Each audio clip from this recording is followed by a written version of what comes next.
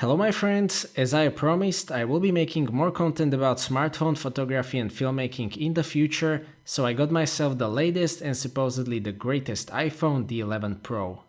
In this video we will take a look at the unboxing, and I would also like to share my first impressions and thoughts about the iPhone 11 Pro 256GB version in gold color. This channel is mainly about cameras, so I will be thoroughly testing iPhone's triple lens setup, and that video will be available next week. 11 Pro models come in the new black box, and what I really like is that the accents on the box match the color of your iPhone. In this case it is gold. As we remove the lid, we can already see the new frosted finish and the triple lens setup with, let's say, a bit controversial appearance. This time the foil is only applied to the screen.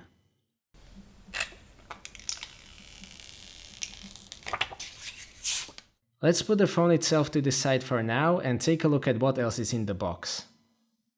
A very welcome change in comparison with older iPhones is that you will now get 18W charger in the box instead of 5W charger. You will also get USB-C to Lightning cable, which is definitely what I prefer.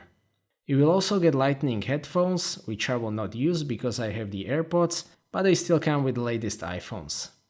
Besides that, you will get the Apple stickers as usual and some papers and documentation that nobody cares about. My very first impression is that the iPhone 11 Pro feels incredibly solid. It is a bit thicker because of the larger battery, but I actually like that. Apple still uses stainless steel instead of aluminum, which is a very nice touch in my opinion. Regarding the frosted glass on the backside, I can say that it looks better in person than in the pictures. The gold version also appeared more rose in marketing materials, but I am happy to report that it is more natural gold, and I am happy with this color choice. I was hoping that the glass around the lens will be black. Fortunately, here I can also say that the triple camera setup doesn't look that bad in reality. Overall, I will say that the build quality is excellent. I have no complaints in this regard. Apple says that it uses the most durable glass on any smartphone, and according to the tests that I have seen, it seems like it might be the truth. The display has also been improved. Apple calls it Super Retina Display XDR, and as expected, it is good. It is 5.8-inch OLED screen on the smaller version, of course. The brightness has been increased to 800 nits, which is quite a lot, and it can go up to 1200 nits while playing HDR content, so I'll definitely test that in the full review. The notch is still the same, there is no 3D touch anymore and no fingerprint sensor under the display.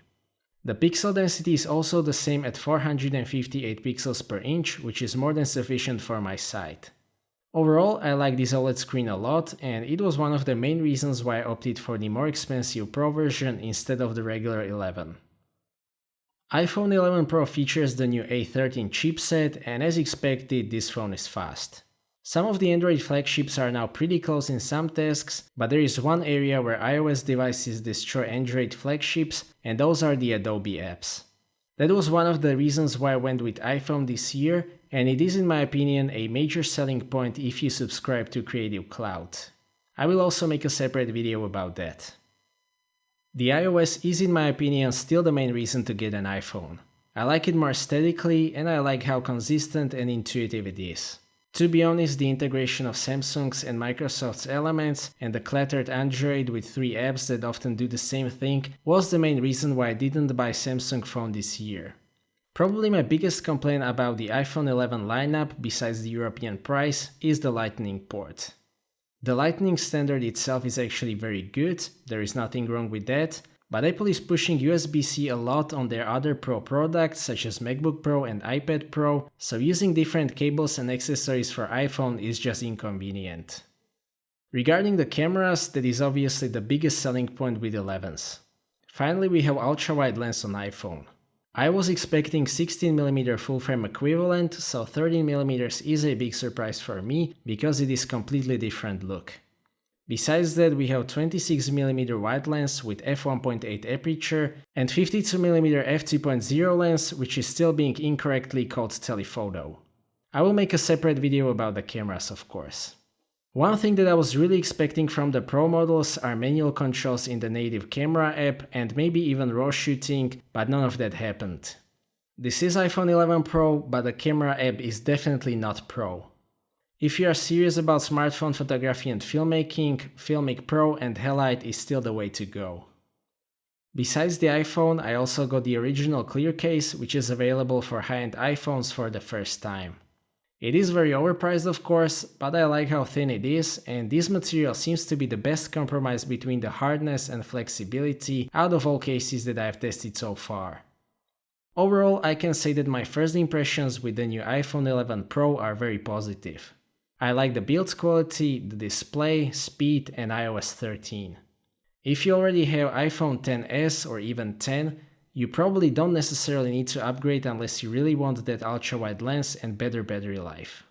With the 11 Pro, you will definitely get very capable and premium device, which may not have some features that Android flagships have, but it is still a great package with iOS and triple camera setup. So that's it for this video, thank you for watching, I hope that you liked this video and that you have found it to be useful.